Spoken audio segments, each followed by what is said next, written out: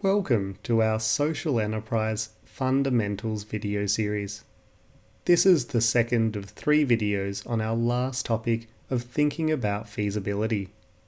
In this video, we will consolidate our thinking around the social enterprise business model to make an assessment of its likely feasibility.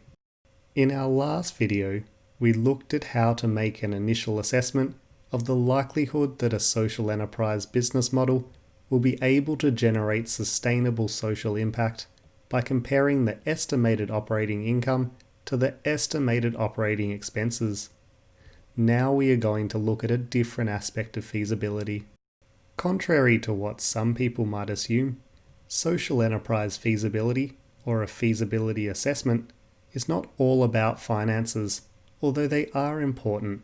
For a social enterprise, feasibility is trying to answer 2 questions. 1.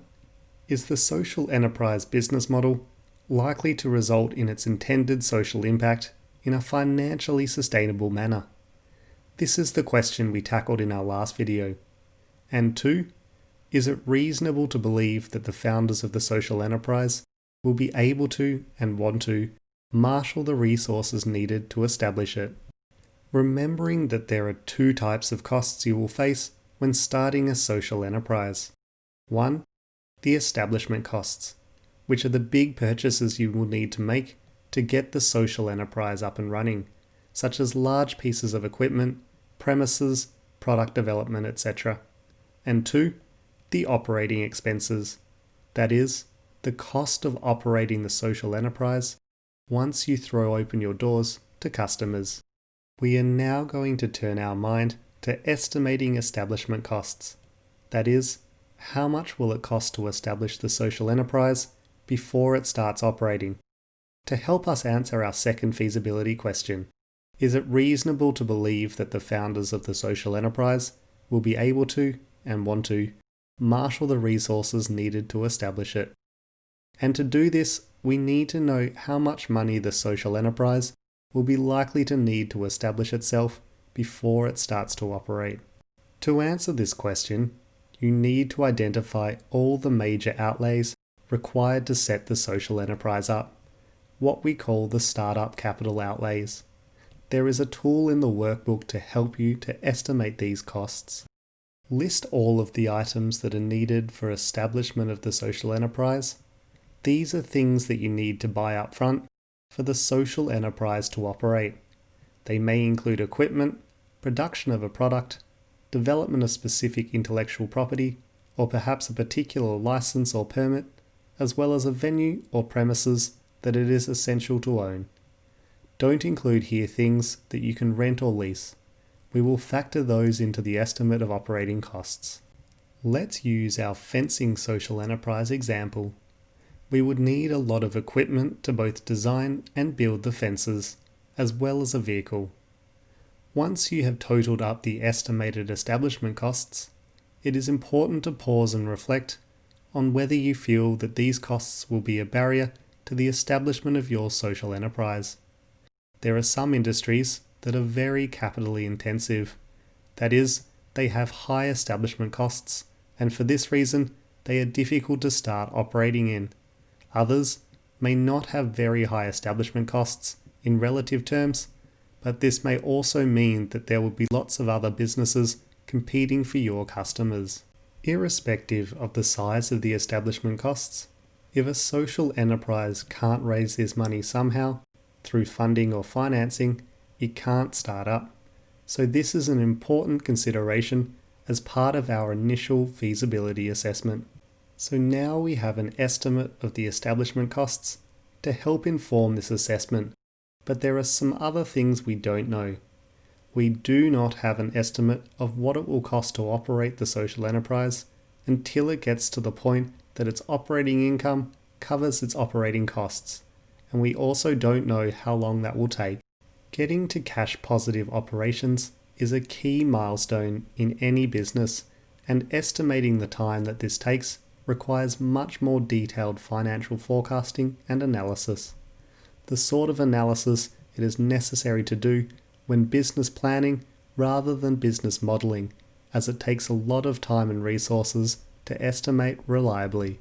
To explain this in a bit more detail, we have a graph. On the horizontal axis is time, and on the vertical axis is money. We have already estimated our establishment costs, which are all the costs that are required before the social enterprise starts to trade. Once the social enterprise starts to trade, it starts to generate operating income, but it also incurs operating expenses. At first, as the social enterprise builds its customer base, it is highly likely that the operating expenses will be greater than the income from selling products or services. But at some point, all going well, the social enterprise will get to the point that its operating income exceeds its operating expenses. This is the milestone called cash positive operations. At this stage in our social enterprise planning, we don't know how long that will take, nor do we know the size of the gap between the operating income and the operating expenses.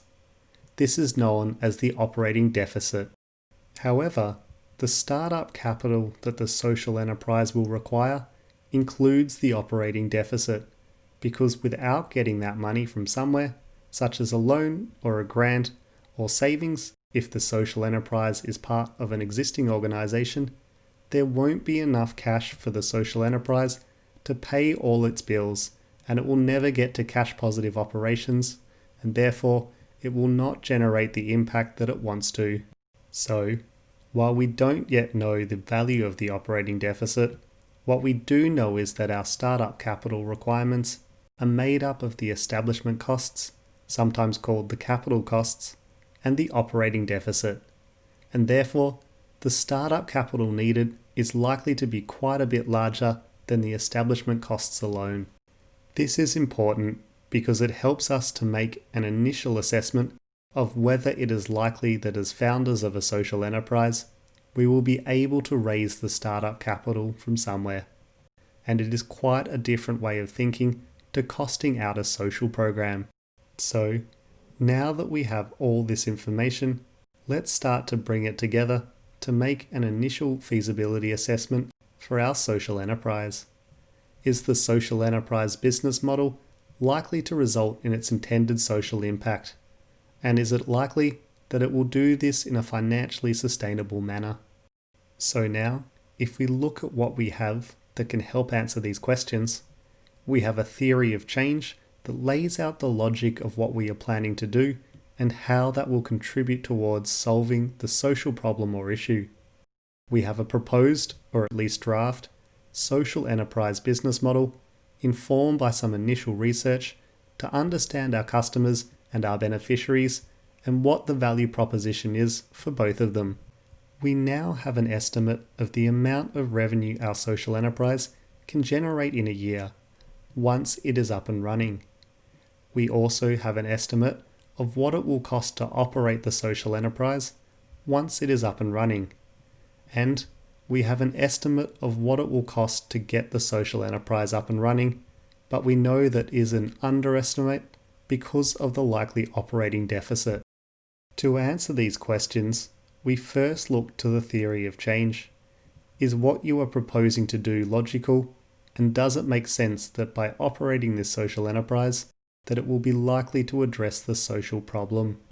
Secondly, if we look at our estimate of operating income, is that figure as big or bigger than the estimate of operating expenses? This gives us a sense of whether the social enterprise can operate sustainably, covering its costs. Remembering here that if your social enterprise is a Type 3 funding model, the income will need to be significantly larger than expenses to enable the social impact to be funded from profits. Next, if we think that the social enterprise is likely to be feasible, we need to consider if it is reasonable to believe, based on what we know at this stage, that the founders of the social enterprise will be able to marshal the resources needed to establish it. A key question here is, what are the establishment costs, which we have estimated? Part of thinking about feasibility is also about making an assessment of whether it is feasible to assume that the social enterprise founders will be able to access the resources needed to establish the social enterprise. However, we also know that the establishment costs are one part of the startup capital required, so we also need to be careful and conservative here, as we don't know the value of the operating deficit at this stage, but we do know that the startup capital needs will exceed the establishment costs. So is it likely that the founders will be able to access the startup capital? This assessment relates back to our earlier videos, in which we touch on legal structures, charitable status, and capital access. Where your startup capital may come from will depend on all these factors, and the likelihood that this is possible is, of course, also affected by how much money is needed. You may wish to get some advice on the likelihood of being able to raise startup capital, and where, from someone with specialist knowledge in social finance. We will provide some links in the resources that accompany this video. And finally, there is an assessment to be made by the founders, be they individuals yet to establish, an organisation, or the board of an existing not-for-profit organisation. This assessment is about the potential benefits of continuing to work on the establishment of the social enterprise versus the opportunity costs of perhaps pursuing some other path or opportunity. If, after you have assessed the likelihood that the social enterprise business model will result in sustainable social impact, and you think it is reasonable to believe that you'll be able to and want to access the resources needed to establish it, then your initial feasibility assessment suggests that you should keep developing your social enterprise. To do this, you will want to know what's next, and that is the topic of our next video. But for now, let's recap. Making an initial assessment of social enterprise feasibility is not all about finances, although they are important. For a social enterprise, feasibility is trying to answer two questions. One, is the social enterprise business model likely to result in its intended social impact in a financially sustainable manner? This is the question we tackled in our last video. And two, is it reasonable to believe that the founders of the social enterprise will be able to, and want to, marshal the resources needed to establish it? To answer these questions, we need to synthesize what we know so far about the intended theory of change and the business model, including estimated operating expenses and income and establishment costs. And we also need to be conscious of what we don't yet know, such as the total startup costs due to the unknown operating deficit. If, after you have considered these factors, your initial feasibility assessment suggests that you should keep developing your social enterprise, you should start to think about what's next, including developing a more detailed business plan that describes how you will build and operate the social enterprise. Thanks for joining us. This video was produced by the Social Startup Studio, an initiative of the Centre for Social Impact at Swinburne University of Technology.